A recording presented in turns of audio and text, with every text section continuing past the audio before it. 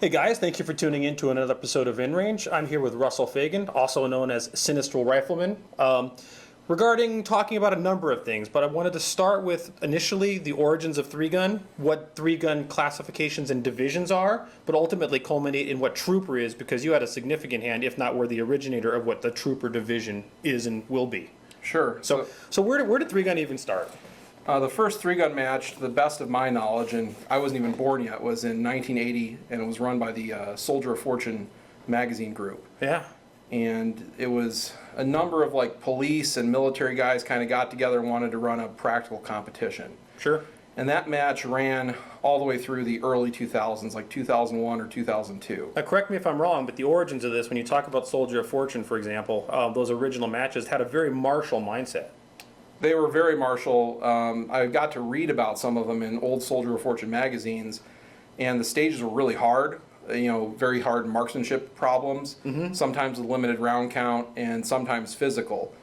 And the mean set of equipment people were using at the time when they started was like a .308 battle rifle, 1911 .45 pistol, and some form of pump-action shotgun. Which at the time was really the combative weapons du jour. I mean, that was the normal standard gear, right? Right. And they would retain stuff while going over walls. There was like 8-foot, 10-foot walls in these stages, chain link fences, a lot of running, sprinting. Quite honestly, a lot of what you see us trying to rebirth with the 2-gun action challenge match and other 2-gun events, trying to bring some of that Soldier of Fortune mindset back. Right, and in the early to mid-90s, 3-gun started popping up in more of a USPSA IPSC influenced form, where it was more about speed shooting as fast as you can on close range stages. And the Superstition Mountain Mystery 3-gun match was probably the first non-SOF match that got really big, and it's still running to this day. But it's definitely more influenced along the lines of what we think of as traditional competition shooting, where at the time it was more of a breakaway from what had been established. So what I would say is, like, when you look at the original Soldier of Fortune matches, these were a bunch of guys that were really like war fighters, combatants, whatever you want to call them, guys that were trainers, been there, done that kind of dudes, and their goal was to use competition specifically to train in martial skill sets. And then as things evolved and 3-gun became more nuanced and the audience became larger and there were more competitors, it changed a little. It didn't dilute, but it changed its influence, right? It became less martial, more speed. Not gamey is not the right word, but it changed the vibe. And so as with everything, you start seeing these changes over time, and 3-gun now is definitely not what Soldier of Fortune was, but we're seeing a rebirth or a resurgence of people wanting to find the middle ground between what's the best of both. Right, and some of those original guys are still involved in shooting 3-gun today that were competitors back then. There were a lot of guys who got into it from a purely competitive standpoint. They've just evolved as the sport has evolved over time. Okay, so let's just, that's pretty much a brief synopsis of what 3-gun is, and of course you guys are pretty familiar with 2-gun if you're watching it at this channel. So with that in mind, there's things in 3-gun now that started becoming more and more diverse in terms of what are called divisions or categories or classifications, depending on how the match you're at. And what those are generally based on your gear that you're using in the match. Right, they want to group people together by similar equipment sets. So the names and nuances of the rules vary from format to format. Not all 3-gun matches are run under the same rule set, but they're generally very similar. So you have a division called limited or tack iron at most matches, where originally it was an iron sight rifle, which has now become an iron sight or red dot, no magnification rifle, a shotgun with a 9-shot capacity at start, and what is essentially a USPSA limited division pistol. So most people are using, you know, double stack 9mm of one form or another, whether it's DASA or striker fired. They're not really a lot of people using 2011s in the more entry-level divisions like limited or tack iron, but it's the most basic equipment. So the most basic division is generally iron sights or red dots, and not all matches combine red dots and irons. Some do, some don't. Right. A shotgun that is tube fed.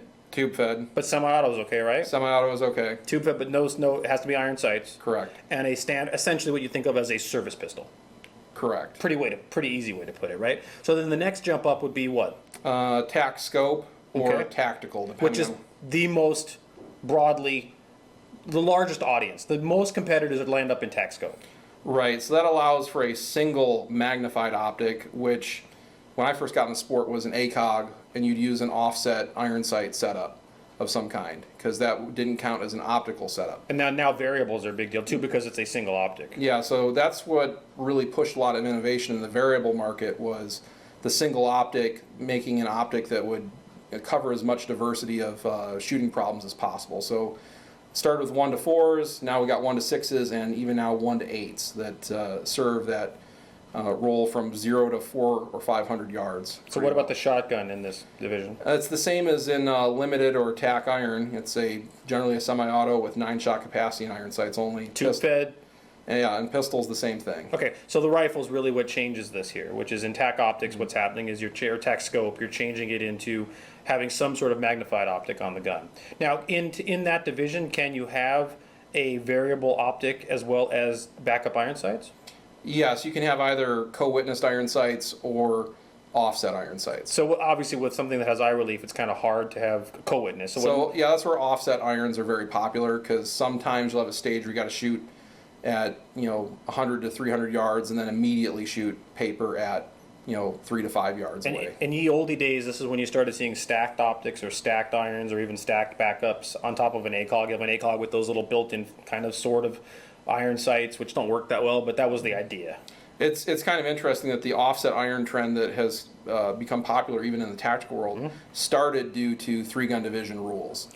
Yep. And that's where it came from. The JP short-range tactical sight was first, then people were using 45-degree offset adapters, and now we have purpose-built sights. So this is, guys, if you don't know what that is, you'll see they actually mount the iron sights on the side of the rifle at a cant. So you're using your optic holding the rifle traditionally. You'll actually cant the rifle inboard or outboard, whichever one you have it set up for, and then suddenly you have iron sights there for your close-range work. And that's become something that's used in the practical world, real world as well. And we see a lot of this, by the way, things that happen in competition environments land up creating technology and solutions that land up becoming tactically practical. We saw this with Mark 262 in high power. It's now a 77 grade load that the military uses for extending its ballistic capabilities. And out of 3-gun, you see things like these offset irons and variable optics being created as a result of this type of litmus test on gear and equipment. So what's the next division after that? You have open division, which is almost anything goes. The pistol will be compensated, have an optic on it. Usually the optic is frame mounted in the traditional USPSA open division style. The shotgun is where things get really interesting, because you can either have speed loaders for your tube fed or detachable magazines in a magazine fed shotgun. In the tube-fed guns, sometimes now you even have rotating tubes that allow the capacity to get up to like 28 rounds. Like an X-rail. An X-rail system, yes. Dots are also allowed. Supporting devices are allowed if there's occasion to use them. And the rifle can have dual optics and a bipod. When you say supporting, you mean bipod? Or bipod or some other device. Grip pod. Anything like that. Some widget that's artificial support that allows you to rest. It doesn't come up often with shotguns. It does come up more often with rifles. A bipod on a shotgun's kind of weird. I've seen people do it. I'm not really in favor of it, but I've seen it happen. Okay, so those are really the 3 most traditional 3-gun divisions you'll see. Right. Okay. So one of the things about that is that some of that started straying more and more away from practical gear, and as a result, and tell me if I'm wrong, you were inspired because you've been a long time 3-gun shooter, 16 years? Yeah, I've been competing since 2001. Okay, so you've seen all these things changing over time, and you wanted to bring something new to the table, and you tried, I believe you're the originator, you instigated this concept of the trooper division. Yeah, I was working at Cav Arms at the time, back in 2004. Okay. We had attended the Ironman 3-gun match several times since 2002. And what we didn't like that we saw happening was people were treating it like a relay race or a team event, where they weren't carrying enough ammo on their person to complete a stage. And Not even to complete a stage. Not even to complete a stage. They would either stage ammo or have people run mags to them. And keep in mind, at that time, the round count was 2 to 3 times higher than it has been in the last several years of that same match. So shooting 60 to 90 rounds of rifle, 60 to 90 rounds of pistol, and 40 to 60 rounds of shotgun per stage was pretty common. Okay. Even more so if you missed a lot. So high volume round count stages. Right. So we'd see people, having their friends run ammo to them, pre-staging ammo on the stages, and we're all shooting wearing vests and belts and stuff to carry all the ammo for each LBVs, stage. whatever you needed to be able to carry the capacity you needed for the stage. Correct. So I don't want to tell people they can't shoot a match that way. People have different goals when they go to these matches. Some people are pure gamesmen, some people are more martial. I'm kind of somewhere in the middle. And what we wanted to do was have a division where we could shoot the way we wanted to shoot. So we came up with Trooper Division, just kind of bouncing ideas back and forth amongst ourselves at the company. I codified them into a rule set that basically required that from the time you check in and start competing in the match, you must travel from stage to stage on foot, and any amount of ammo you're going to use for the whole match has to be in your rucksack, any spare parts, any food, anything like that. You can ground your rucksack when you're shooting, but if you didn't bring it into the match with you and you didn't hike it stage to stage, you can't use it. And that was particularly important when you talk about Ironman, because Ironman was a very high round count, multiple day event. 3 days, and we'd have to hike up to a quarter to half a mile between stages. Okay, so the idea of having to not only carry all of the ammunition you needed for the day with you for the entire course of the day, but then have however much ammunition you needed to get through a stage at a given moment was actually a change, because that wasn't going on. People weren't carrying all the ammunition they needed to even finish a stage. People would run out there and give them another bag of ammo, which to me seems very strange, but I get it. I understand how that could be the case. Mm-hmm. And you also saw things like baby carts, strollers. Yeah, that was just a way people started carrying their equipment from stage to stage because they couldn't necessarily take their vehicles with them. So they'd convert a baby stroller into an ammunition and gun carrying platform. And then now there's carts dedicated for that specific purpose. Now, are those types of things allowed in Trooper? No, they're not. You got to carry everything on your back. It can't have wheels, skis, or anything like that to drag it from stage to stage. So in a weird way, the massive gear you need to be able to successfully complete a multi-day match becomes a very significant part of the challenge of Trooper. Yes, I mean, my initial loadout for Ironman started out at 135 to 140 pounds. On your back? On my back, between, first line, second line, rucksack, and, guns in a case. And now you didn't carry all of that through a stage? No, you ground your rucksack when you got there. A lot of the times your guns would start pre-staged in different staging areas. So you'd set up what you needed for the stage, but you had to carry everything you'd use at any point during the match with you. And because Ironman was such an even higher round count, we did have a Trooper checkpoint where you could have like a 50 cal ammo can as a cachet to go back to and draw ammo out of, but if it wasn't in there, you were screwed. It's like resupply. Yeah, and initially, it's interesting over time, people's guns have gotten more reliable as time has gone on. A lot of people in Trooper would get knocked out because one of their guns would break and they didn't have spare parts. And since they didn't have spare parts, to be able to fix the gun, they had to get parts that they didn't have with them, and therefore they had to fall out of Trooper. Yeah, usually into open division, so... Okay, fair enough. So that was a very specific solution to a problem that not a problem, to address something that you wanted to see influenced and emphasized in the match environment. Yeah, and actually a lot of shooters liked it. It brought a different type of competitor out.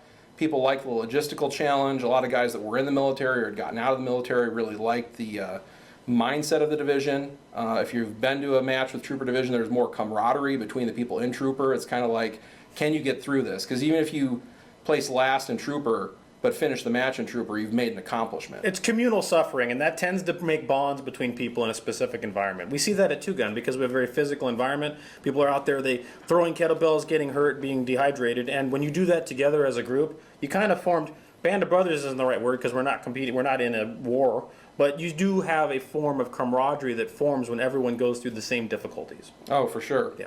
So in that regard, from the very beginning of Trooper to what is now Trooper, there's been a number of matches that have adopted this division besides just Ironman. Yeah, the Fort Benning 3-Gun hosted it for 3 years, one of which we attended together in 2008. Yep.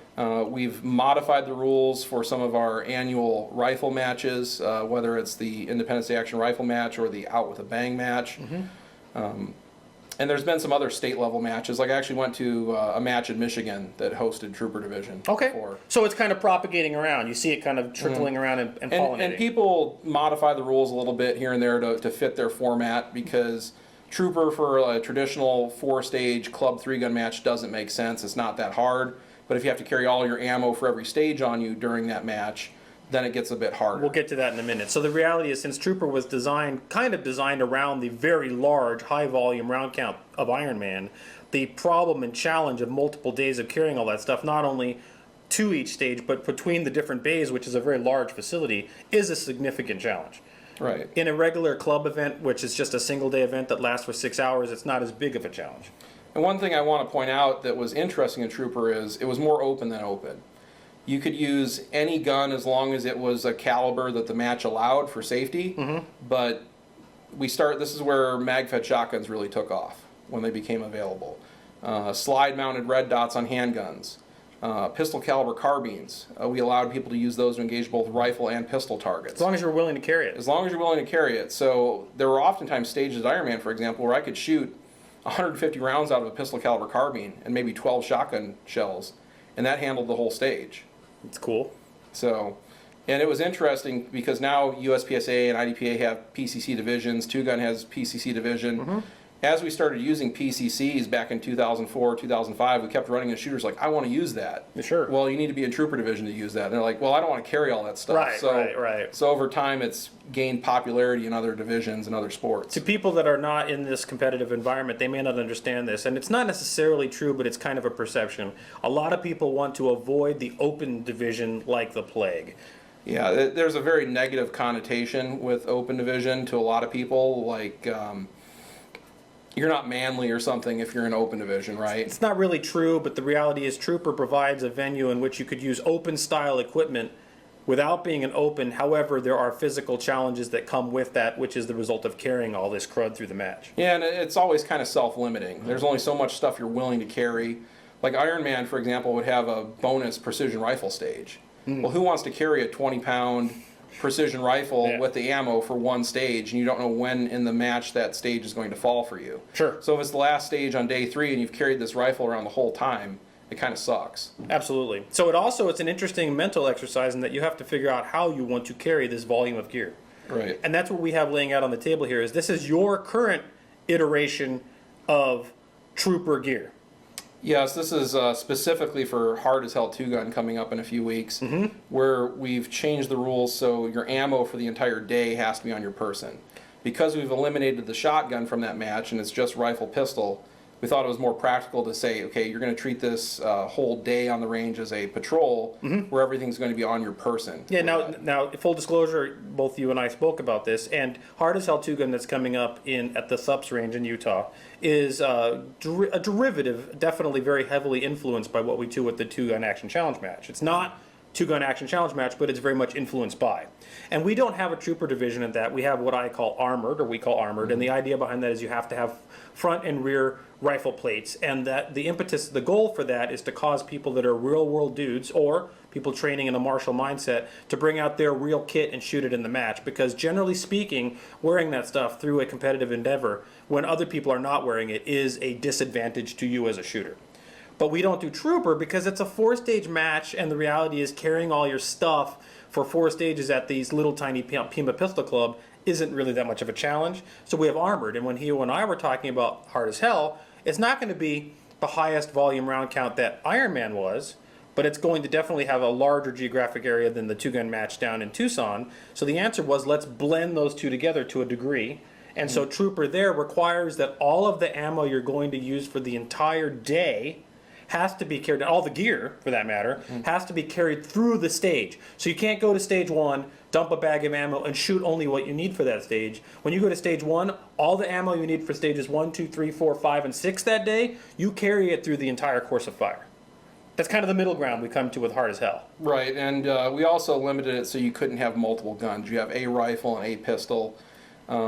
Trooper at Iron Man kind of evolved into carry 6 or 7 guns, walk 50 yards, because over time they got rid of the further stages that were more of a hike, which encouraged people in turn to start carrying more guns and more specialized equipment to get the optimum use out of every stage. And that, I didn't necessarily have a problem with it, but it wasn't really in line with the goals we had when we started Trooper Division. It evolved over time. And that happens in any sport. So Hard as Hell 2-Gun, I think, was a good opportunity to bring it back more to center with the original goals of the division and your goals with Armor Division at 2-Gun in Tucson. So the goal, what we do in 2-Gun is we try to encourage people to use their real world stuff. And so if you want to carry 1,000 rounds of ammunition on you at the new Hard as Hell match, go for it. But you're going to be carrying 1,000 rounds of ammunition through all the stages. Right. So now there's the mental exercise of there's 6 stages today, and we know that the minimum round count is X. how much do I want to pad what I'm carrying on my back while crawling through a tunnel and jumping over a wall to make sure I have enough ammunition for the day? Or how much do I want to engage those harder targets where I might be costing myself later on easier low-hanging fruit? So what's really interesting about that is I think we're going to see this in the stages at Hard as Hell, is that this mental exercise turns into a very real-world practical thing. Mm-hmm. It's a test of not only the gear that you're going to use to carry and hump this stuff around, but the reality of, what do I really have to carry? Do I want to carry a full spare upper in my backpack in case something goes wrong, or do I just carry a spare bolt carrier? So, Faden, why don't you take us through the gear you're going to use for Hard as Hell? All right. So it starts with the pistol belt. I have my KE-19 Stealth Special Pistol holster that retains it and protects the optic. My cleaning kit's on my belt because it was the most convenient place to put it. Dump pouch, useful for a number of things. I have one rifle mag and two pistol mags on the belt. And obviously I wear a rigger's belt underneath of this, and it attaches to that. I have a couple pistol mags that I'll probably carry in my pants pockets, just to have enough ammo for every given stage. I'm using the US Palm Agile Combat System vest, and I don't want to pick it up all the way because it's going to go everywhere. But on the front I got 3 mags and a shingle, a coupled mag on the side.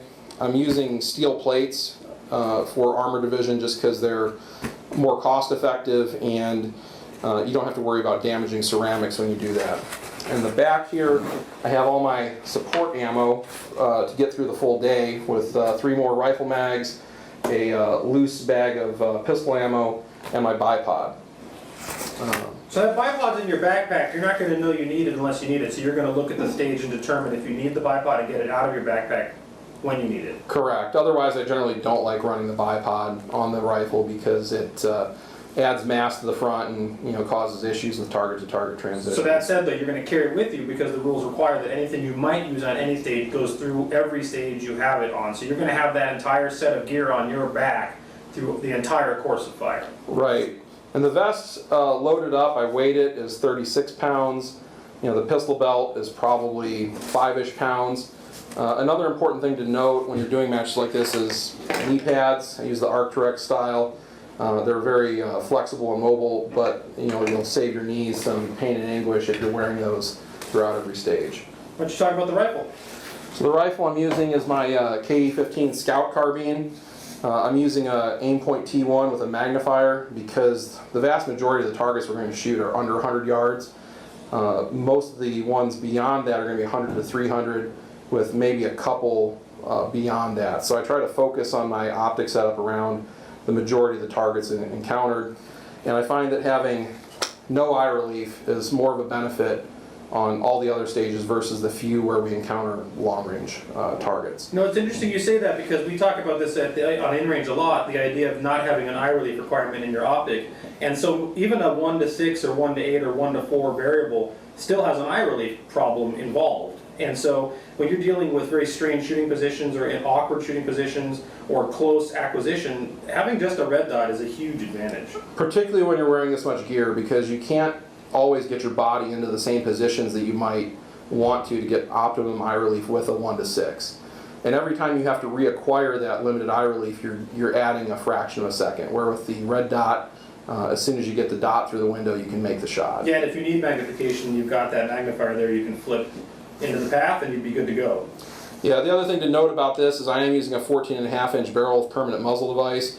Because there's so much close quarters stuff at Hard as Hell, crawling through tunnels, crawling through compressed spaces, and having to operate with the rifle slung on your back, the smaller size of the rifle overall is more of a benefit than anything lost by having a shorter barrel versus my normal 17.7 competition rifle. That's an interesting point you make, is that the more practical the match, like the 2-gun match in Tucson, etc., you start seeing things like smaller, lighter guns actually having an advantage that they don't have in some traditional 3-gun matches, because the 3-gun matches kind of lose some of that practicality through their course of fire. And those stages are often designed around a mean set of equipment, where there isn't a lot of skills required or challenges tested beyond what people expect now. So the mean set of equipment is kind of standardized around things meant to deal with those challenges. Where when we add more challenges of the physical nature, you start seeing people deviate from that mean set you'll find in 3-gun. So what I would say to that, my way of phrasing what you just said, and I'll say it a little less nicely than you will, is that 3-gun has a very standardized group of equipment and rifle configurations, and the stages now are designed around the equipment rather than the equipment necessarily being practical because the stages are particularly practical. Right, on a basic level, we rarely see a place to use a bipod anymore in 3-gun because most people are shooting tack scope, so they'll have a sandbag or a platform or something like that that they can rest their rifle on. Which to me is not real world, and that's actually putting an advantage to tack scope that shouldn't be there because the bipod has value in the real world. But that's a different argument for a different day. I will ask you one question about your rifle, however. The magnifier flipping out to the right, you being, of course, crippled with left-handedness, why would you want the magnifier going out to the left instead of out to the right? It's easier for me to grab here with my support hand while I'm controlling the rifle. You don't find that to be distracting in your field of view or your situational awareness, having it in the way? No, because with both eyes open, I see around the aim point, and it's lower out of the field of view where I'd actually be engaging any targets. Okay. Awesome. Is there anything else you want to talk about your gear here? Do you know what all of it weighs together? Altogether, probably 45 to 50 pounds. The other thing I'd note, and I was an early adopter of optics on pistols, and we get to make good use of them in Trooper Division, is the Delta Point Pro on my KE-19. Combined with the comp, this is about the most effective handgun you can carry that you can actually still conceal if you wanted to. I can make shots at distances on moving targets and all sorts of things like that that I can't do with iron sights. And part of that's my own vision limitations, but part of it's having the single aiming point and the wide field of view looking through a red dot versus iron sights. And this is one of the advantages of Trooper in that would be traditionally would throw you into the open division. However, since you're willing to carry it through the entire course of fire, you get to use it even though it's normally considered open gear. It is now Trooper gear, which is a different world. Right, you don't see a lot of open 2011s in Trooper Division because they require a holster type that usually isn't compatible with the types of challenges encountered. Cool. All right, let's go back to the chairs and we'll summarize this whole thing up. All right, so we went through the gear. We've talked about what Trooper Division is. Hopefully we've given you an education on what divisions are in 3-gun in general, and in other matches as well. We have divisions in many different types of matches, and they're there to essentially allow people of similar gear to compete against one another. You now see what Fagan's going to be doing with his gear in the Armored Division at Hard as Hell 2-gun that's coming up. Now you're doing Armored as an add-on. Trooper is just a division. Armored is a asterisk next to a Trooper, which is essentially Super Duper Trooper, although Armored could be in any division at Hard as Hell. Right, although I think we're most likely to see most people in it in Trooper Division. Let's put it this way, you're not going to see Armored open. Probably not. Probably not. You might see Armored Limited or Armored something. You could. But I bet you 99% of the people, if not all the people in Armored, are also going to be Trooper. Right, both the category and the division, the mindset of each kind of goes hand in hand. Now I'm playing this game differently. I am going to be in Trooper, so this means I have to carry all of my gear and ammunition throughout the entire course of fire, just like you do. However, I am not going to go into Armored. It's not because I don't want the difficulty, but I'm doing a different mental exercise. I'm going to be what I'm going to call light fighter Trooper, and I'm going to see what is the absolute minimum that I can carry and still be practical in Trooper, but not get kicked out of Trooper. So in other words, I still have to have spare parts, cleaning kits, all of my ammunition, all that stuff, and still want to make it through the match and finish in Trooper, but with the lightest loadout. Now you laugh. Why did you laugh when I said that? I laugh because in Armored, if you beat me, I'm in Armored. So of course you should beat me. But if I'm you may not. You probably will beat me, but we'll find out. But the other good thing about being in Armored is if you do beat people, you're like, well, holy shit, I'm doing something great. Because I'm in Armored, hindering myself, and I'm still beating people. So. No. And the bragging rights in Armored are huge. I'm not saying that. What I'm just saying is that I'm just coming at it from the other angle, and it's a different intellectual exercise. Oh, definitely. And seeing what you can get away with, and still make it through. And playing with fire, because if something breaks or something goes wrong, I may not have the spare part of what I need to stay in Trooper as a result. I've seen many a Trooper at Iron Man run out of ammo on the 8th stage of a 9-stage match, and then trying to pick up loose rounds off the ground or attacking targets with a stick. So stay tuned, because at Hard as Hell 2-gun, I'm going to be doing that. I am literally looking at what I think is the minimum round count required, bumping it up slightly because I'm using a butt pack. That's going to be my entire loadout in terms of ammunition for the day. There's a chance I might get to the end of the day doing what he's saying, which is pulling out a mag with 3 rounds, putting it in, firing it, pulling out another mag with 4 rounds, firing it, because I may be out of ammo. We're going to find out. So it should be an interesting exercise on both ends of the spectrum. Definitely. So If you have not signed up yet for Hard as Hell 2-Gun, you don't have to be in Troopered, but we'd recommend you do be in Troopered because it's very cool. But there's all the other divisions there. This is the next evolution of what I think martial competitive shooting should be. It's a great convergence of competition and martial mindset. It's coming up next month, real soon, May 6th and 7th, I believe. Right, so we're just a few weeks away from it. A few weeks away, so this is another reminder to do that. And if this didn't inspire you, I don't know what would. But either way, even if you don't make it to Hard as Hell, please try this stuff because this is the best way to get better at your shooting sports, as well as the martial mindset and being just a generally better and more capable person across the board. So I wanted to thank Russell Fagan for coming out to talk to this. Well, actually me coming to him, but to take the time out to talk about his loadout today and the history of 3-Gun and the Trooper Division. And let's see what happens in a couple weeks at Hard as Hell. All right, looking forward to it. Thanks for watching.